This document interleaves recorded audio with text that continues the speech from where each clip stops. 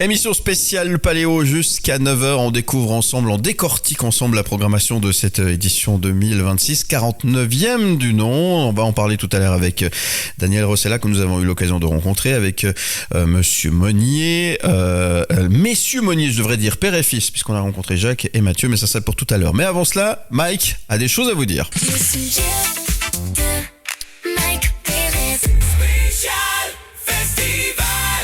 Mike, alors on parle de quoi? Parce que quand on parle paléo, ça t'a inspiré, hein? On va parler de plusieurs choses. Paléo a 50 ans en fait en réalité. Alors oui, c'est la 49e édition parce qu'il y a eu les années Covid. Pendant 2 ans, il n'y a pas eu de festival. Donc c'est pour ça qu'on a pris un peu de retard, je dirais, dans le nombre d'éditions. Ouais. C'est en 1976 qu'est né Paléo. Puis c'est vrai qu'aujourd'hui, c'est un immense festival, c'est le plus beau, le meilleur festival d'Europe. Hein. Ils ont reçu cette distinction cette année, mais ça n'a pas toujours été ça. Évidemment. On en parlera tout à l'heure avec Daniel, oui. Ça n'a pas toujours été le plus grand festival d'europe, hein, ou le plus beau. Pas oublier que ça a commencé tranquillement au bord du lac. Finalement, c'était à Nyon et nous, on était à peine nés, donc on peut pas s'en souvenir. On n'y était pas. Non. Moi, j'ai connu Paléo, effectivement, déjà à la plaine de l'As. C'était un truc déjà... de vieux, c'est ça que t'es en train de dire. C'était déjà quelque chose de grand. Mais c'est vrai que c'était un peu la salle communale de la ville, hein, en quelque sorte. C'était la kermesse du village. Et puis, c'est devenu cet immense festival. Mais il y a d'autres festivals qui ont commencé tout petit. Hein. On commence rarement très grand. Hein. Donc c'est bon de se rappeler que petit à petit l'oiseau fait son nid, que le Paléo qui s'appelait, tu te rappelles, hein, le Nyon Folk, c'est ça? Nyon Folk Festival, oui, c'est juste voilà, c'est son nom à l'origine, et ensuite c'est devenu le Paléo tel qu'on le connaît aujourd'hui. Et tu sais pourquoi Paléo?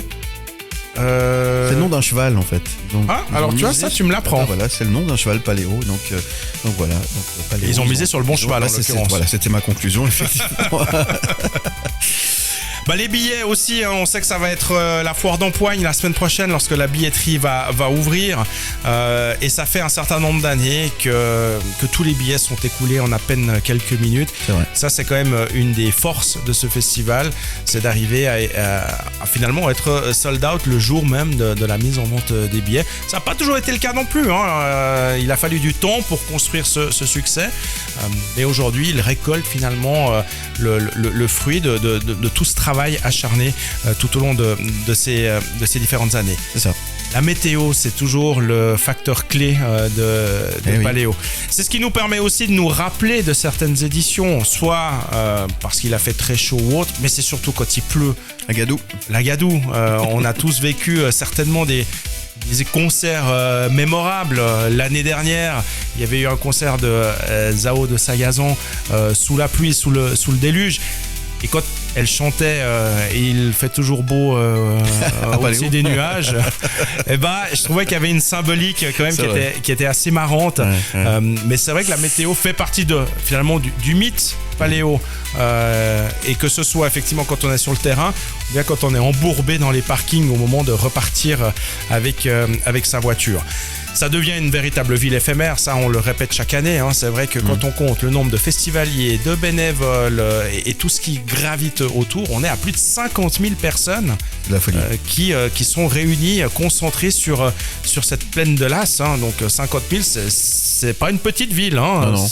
C'est déjà une grosse ville. Paléo devient une ville en soi, l'espace d'une semaine. Donc voilà, c'est vrai que c'est une magie finalement qu'on retrouve chaque année, et c'est ce qui explique certainement le succès de Paléo. C'est ce qui fait qu'on a envie d'y retourner, quelle que soit la programmation, quelle que soit effectivement l'humeur du moment ou les choses comme ça. Quand on va là-bas, on en revient avec des souvenirs plein la tête, et en règle générale on a plutôt passé une bonne soirée. Ouais, effectivement. Et le plus important, et ça finalement, ça correspond avec la programmation de cette année, c'est qu'il y en a vraiment pour tout le monde, et tout le monde y prend du plaisir. Et c'est ça le principal. Hein. Mais c'est la volonté, évidemment, de Paléo. Hein. Il faut contenter les plus anciens, comme nous, parce qu'on fait revenir des artistes qui sont peut-être déjà venus à Paléo il y a quelques années. Et puis, il ne faut pas oublier les jeunes, parce que ce sont les jeunes qui seront le public de demain. Ah oui, c'est ça. Et donc il faut ratisser le plus large possible, et ça c'est quand même une des forces de Paléo, ils le font très bien. Spécial Festival. Spécial Festival. Rencontre avec Daniel Rossella, directeur du Paléo. Music News. Spécial Festival. Jusqu'à 9h, on découvre le programme de cette 49e édition du Paléo Festival de Nyon qui se tiendra du 21 au 26 juillet prochain sur la plaine de la Sagnon. Je vous rappelle que la billetterie ouvre le 25 mars prochain à midi plus précisément. Rencontre avec Daniel Rossella, avec qui nous avons eu l'occasion d'échanger juste après la conférence de presse qui s'est déroulée hier du côté de l'usine à gaz de Nyon. Avec Mike Pérez, on lui a tendu notre micro et nous souhaitions revenir notamment sur cette consécration qu'a reçu le Paléo Festival de Nyon et cette belle récompense, meilleur festival d'Europe. Quand même, Daniel Rossella, qu'est-ce que ça fait de recevoir un prix comme celui-ci ? Bon, ce qui nous a beaucoup touché, c'est que d'abord Paléo a été choisi parmi les 10 meilleurs avec un vote de plus de 300 000 festivaliers dans l'Europe. Donc d'être dans les 10 meilleurs grands festivals d'Europe, ça fait plaisir. Et puis ensuite, la récompense que soit désigné comme le meilleur festival d'Europe, évidemment que ça nous touche. Je dis souvent, à Paléo, on est fiers d'être modeste. On ne dit pas qu'on est les meilleurs, mais quand c'est d'autres qui le disent, on ne va pas bouder notre plaisir. Mais c'est sûr que ça aide un peu, ça confirme aussi la crédibilité et la notoriété qu'on a depuis très très longtemps dans les milieux professionnels dans toute l'Europe. Je veux dire, les artistes connaissent Paléo, le monde professionnel connaît Paléo, donc ça nous aide quand même aussi par rapport à la programmation, parce qu'il y a un élément assez particulier, c'est que on a une notoriété très grande dans les milieux professionnels, mais relativement faible dans le public. Pourquoi ? Parce qu'on vend nos billets tellement vite. Ça fait 25 ans qu'on est complet en quelques minutes. Donc on n'a pas besoin de faire de la promotion pour aller vendre des billets dans toute la Suisse ou dans toute l'Europe. Donc c'est un paradoxe, c'est qu'on a une fidélité de notre public qui fait qu'on vend tous nos billets extrêmement vite.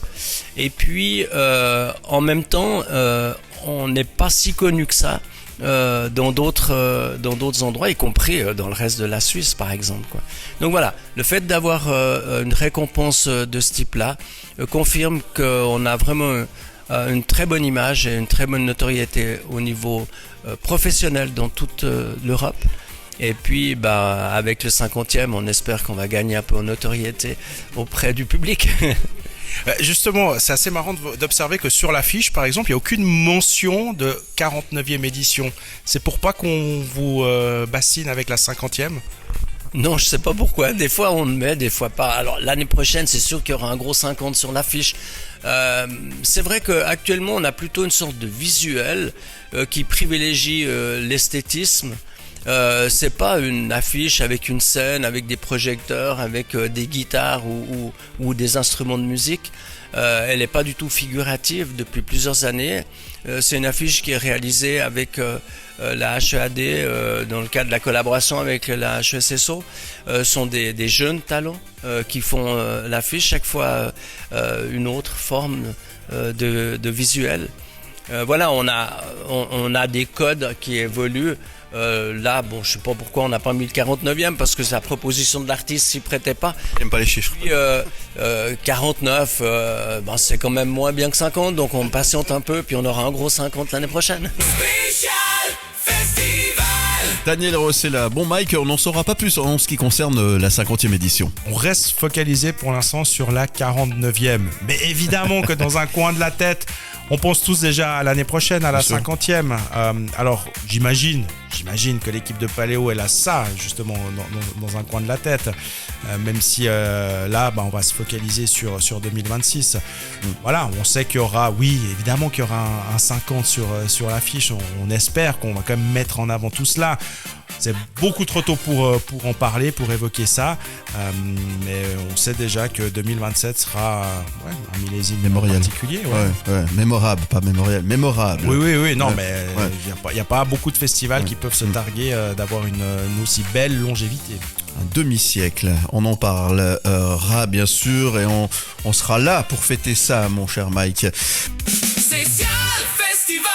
Spécial Festival. Spécial Festival. Spécial Festival. Bonne matinée, merci d'être avec nous jusqu'à 9h. Émission spéciale Paléo avec Mike Perez. Nous étions hier dans l'ambiance du Paléo puisque nous avons eu la chance de participer à la conférence de presse à l'usine à gaz hier. Et puis forcément, ça nous renvoie à cet événement exceptionnel. Et on va parler un petit peu des coulisses, mon cher Mike. Le sujet de Mike. Alors Mike, les coulisses du Paléo Festival de Nyon, on peut penser au camping, on peut penser au food truck, aux bénévoles, plein de C'est choses. ça, c'est exactement ça. On a évoqué tout à l'heure déjà les mots-clés quand on pense à Paléo. Forcément, on pense à la météo, à la billetterie, ça on l'a évoqué tout à l'heure. Mais on pense aussi au stand de nourriture et de boissons, au camping et aux bénévoles. Ça, ce sont les trois axes principaux de ce festival. La nourriture, ça s'est aussi développé au fil des années. Aujourd'hui, c'est impossible de faire le tour, tellement il y en a, tellement il y a un choix. Mais il y a quand même, je dirais, des rendez-vous clés, ceux que tu as envie de retrouver année après année. Et ça devient aussi, on le sait, une véritable compétition en soi, parce qu'on désigne les meilleurs stands de nourriture sur l'ensemble de la semaine. Et ça reste aussi une marque de fabrique de Paléo.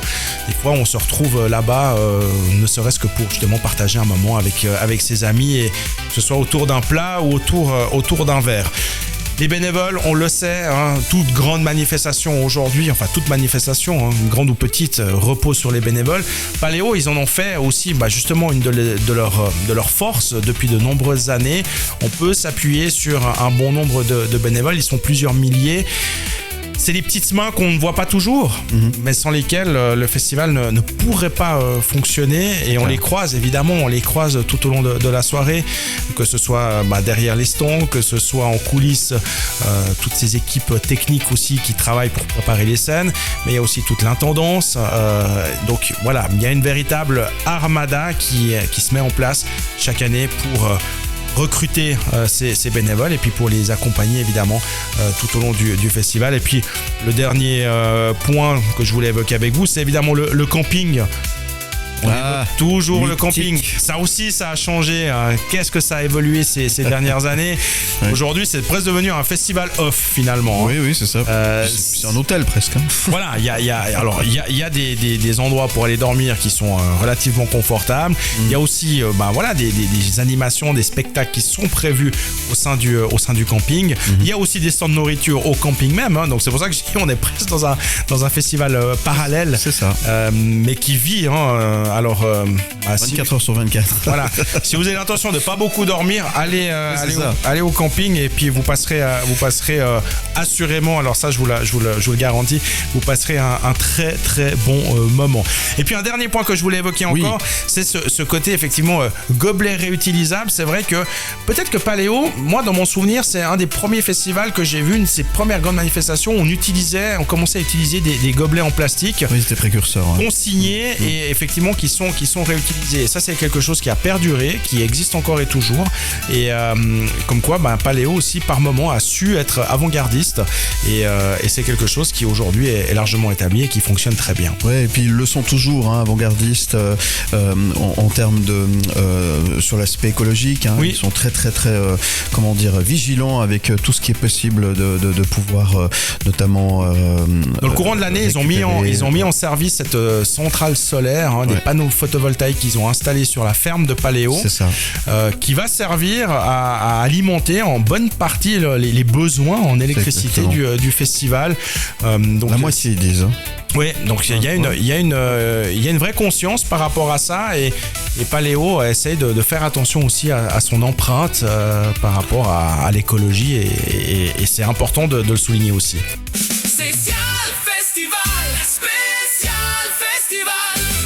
Spécial festival.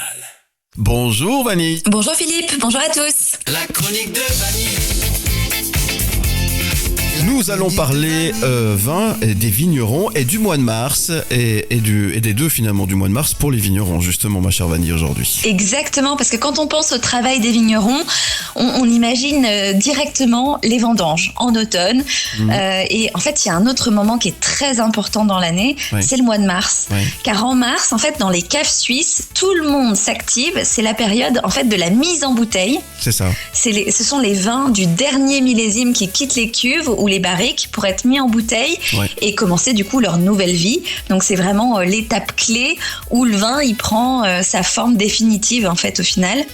Et dans les domaines, c'est souvent une période très intense. On prépare les chaînes d'embouteillage, on contrôle la qualité, on étiquette, bref, toute une logistique pour que les bouteilles puissent ensuite rejoindre les caves, les restaurants, les tables, des bons amateurs comme nous d'ailleurs. Oui, tout à fait, les épicuriens. Et pendant d'ailleurs, exactement, et pendant que le vin entre en bouteille, dehors, et la vigne aussi, c'est un mois important pour elle parce qu'elle se prépare doucement à la nouvelle saison, car la viticulture suisse qui remonte au moins à l'époque romaine, vit au rythme des saisons depuis des siècles, comme dans beaucoup de pays. Autrement dit, en mars, les caves s'animent et les bouteilles prennent vie, pendant que les vignerons se tournent déjà vers le prochain millésime. En gros, ils s'ennuient pas du tout, mais certainement pas au mois de mars. Ouais, effectivement, c'est important de le rappeler. Et c'est là qu'on sait si l'année était bonne ou pas, en fait, c'est ça. Exactement, exactement. Et justement, tu me permets de rebondir sur le sujet de demain. Tu vois, bravo Philippe, puisque demain on parlera du millésime 2025 qui s'annonce prometteur, justement. Eh ben, on a hâte d'être à demain, justement, pour découvrir cette réponse, enfin la réponse à cette question que l'on se pose. Est-ce que 2025, c'est ça, était une bonne année ou pas? Réponse demain avec Vanny. D'ici là, Vanny, je te souhaite une bonne journée. Merci Philippe. La chronique de Vanny. La chronique de Vanny. Special Festival. Et si on parlait de la soirée de clôture du dimanche avec Timmy Trumpet, l'Australien qui sera là pour mettre carrément le feu. Et on en parle avec Mathieu Monnier qui nous en dit plus sur cette soirée qui sera exceptionnelle. On a clôturé l'année passée avec David Guetta, énorme show électronique. Cette année, c'est Timmy Trumpet. Il est un peu moins connu du grand public, mais c'est quand même un nom important et assez majeur dans son créneau, dans son domaine. Il a clôturé déjà des festivals comme Tomorrowland, donc ça donne un peu une idée de la notoriété de l'Australien. Et puis lui, il nous promet vraiment un show assez grandiose, très visuel, avec des effets. Puis lui, en plus, c'est plutôt une bête de scène qui joue avec la foule et puis qui chauffe bien les gens. Donc on va terminer avec quelque chose d'assez festif, pour pas dire un peu bourrin, quoi. Mathieu Monnier, fils de Jacques Monnier, aussi programmateur au Paléo Festival de Nyon, avec qui nous sommes revenus sur cette belle soirée qui nous attend, musique électronique là au programme. Oui, notamment la soirée de clôture. Il a évoqué Timmy Trumpet comme dernier spectacle, donc ce sera après le spectacle de drone à minuit et quelques le dimanche.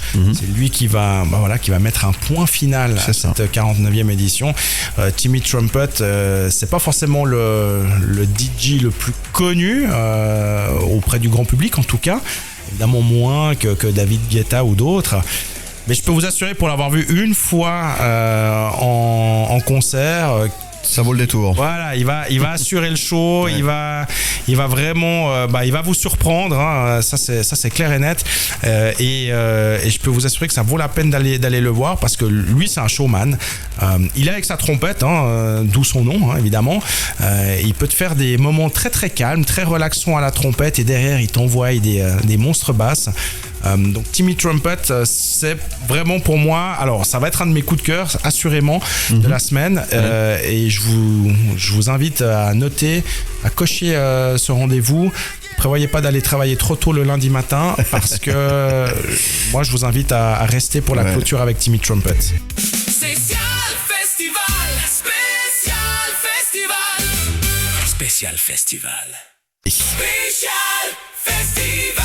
Rencontre avec Jacques Monnier, avec qui nous allons parler de la venue de Katy Perry, et on peut parler d'un événement, non ? Bah oui, Katy Perry, c'est aussi un événement pour nous. Ça fait plaisir d'avoir une artiste de ce niveau-là qui vient pour la première fois aussi à Paléo. Elle fait quelques dates cet été dans les grands festivals. Donc voilà, on a dû prolonger sa tournée parce qu'à un moment donné, on était un petit peu trop tard. Donc on l'a juste eu au dernier moment. Donc c'était vraiment un coup de chance. Elle a prolongé 2 ou 3 jours sa tournée pour pouvoir jouer à Paléo. Alors The Cure, ils étaient venus la première fois en 1985. C'était en coplateau avec Téléphone. Et puis depuis, ils adorent Paléo. Et chaque fois qu'ils parlent de faire une tournée, Robert Smith demande à son agent d'inclure Paléo dans sa tournée. Donc c'est relativement facile pour nous parce que c'est The Cure qui veulent venir. Donc on n'a plus qu'à dire oui ou non. Donc on dit en général oui.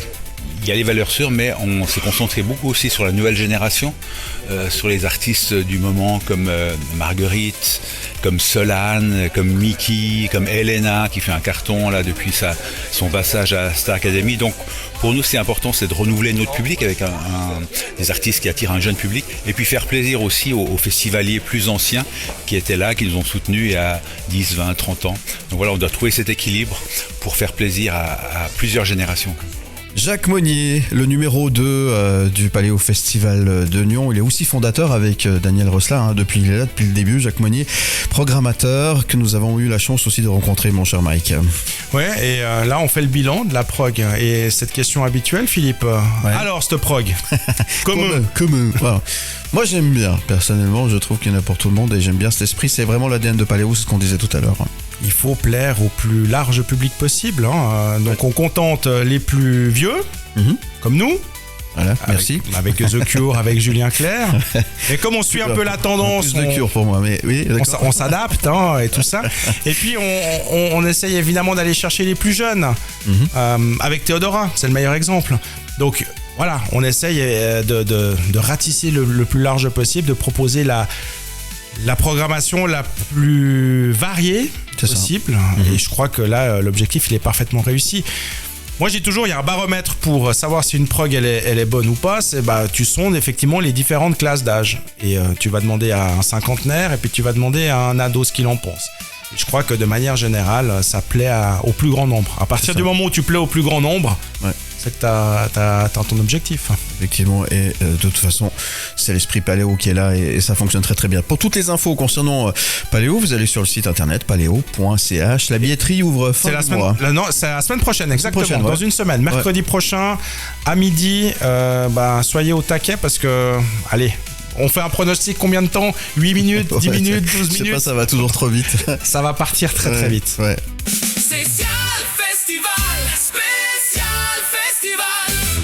Spécial Festival. Bonjour Knut. Oui, bonjour. Les coups de cœur, gastronomie. Les coups de cœur, les coups de cœur. Alors Knut, on se retrouve à table ensemble et c'est un vrai plaisir. C'est toujours un plaisir, en effet. Où vous nous emmenez aujourd'hui? Alors cette fois, je vous emmène à Lausanne, à Ouchy plus précisément, chez Anne-Sophie Pic. Ah oui. Anne-Sophie Pic, chez qui les menus sont facturés entre 120 francs à midi et puis 210 francs à midi et puis 390 francs le soir. Ouais. Donc ça implique un certain budget que certains, même s'ils l'ont, se disent est-ce que ça vaut vraiment la peine? Eh bien moi je pense que oui, ça vaut la peine. Pourquoi est-ce que ça vaut la peine? Oui, pourquoi Parce donc? que déjà on est à Ouchy, au bord du lac, dans un des plus beaux palaces du monde, il faut le savoir. Il faut le rappeler. Depuis 1861, la façade est belle, l'intérieur est fantastique, le parc est sublime. Et puis, dans ce cadre Belle Époque, eh bien, il y a un restaurant qui a été complètement rénové il y a un peu plus d'un an maintenant. C'est le restaurant que Anne-Sophie Pic, donc la chef de Valence, a ouvert il y a 10 ans à Lausanne. Et eh bien, même si elle n'est évidemment pas là, elle a des ambassadeurs sur place qui font que un repas chez Anne-Sophie Pic à Lausanne ne s'oublie pas. Pourquoi? Déjà parce que il y a le soin qui est apporté à chaque détail. Les nappes sont belles, le cristal est étincelant, c'est du baccarat. Il y a un bar, ça c'est tout nouveau, c'est très novateur. Pendant le repas, on est invité à passer au bar qui est dans la salle de restaurant. Et là, il y a un mixologue qui prépare des boissons avec ou sans alcool, qui sont absolument fantastiques, qui sont belles, qui sont colorées et qui s'associent à l'un ou l'autre des plats. Et ensuite, on a la cuisine d'Anne-Sophie Pic, qui elle aussi est unique, qui porte une signature, qui porte une marque. Pourquoi? Quelle est cette marque? Eh bien, d'une part, Anne-Sophie est quelqu'un qui s'intéresse aux saveurs jusque dans les moindres détails. Elle a toujours avec elle un carnet où elle note toutes ses impressions. Elle étudie l'intégration des thés, des cafés, des infusions dans sa cuisine, ce qui fait que cette cuisine qui est très moderne, qui est très novatrice, eh bien, elle porte vraiment une signature. C'est quelque chose d'absolument magique, de très très d'aérien, de léger, mais rassurez-vous, il y a largement assez à manger. Il ne faut pas avoir peur on ne va pas vous servir une tisane et vous dire au revoir, merci après avoir présenté la facture. Non, les produits sont superbes, les mises en scène sont incroyables, le service est merveilleux. Ouais. C'est parfait, quoi. Absolument, c'est parfait. On est au sommet. Bon, on se donne rendez-vous là-bas tout à l'heure. Avec grand plaisir. Faisons comme ça. Merci en tous les cas, ça nous met bien l'eau à la bouche et ça nous fait bien envie de venir découvrir ou redécouvrir cet endroit magnifique, effectivement, avec ces grands noms dont vous nous parlez et ces belles tables qu'on découvre ou qu'on redécouvre en Suisse et en Suisse romande. Merci Knut, on se retrouve demain pour de nouvelles aventures gastronomiques. Les coups de cœur gastronomiques.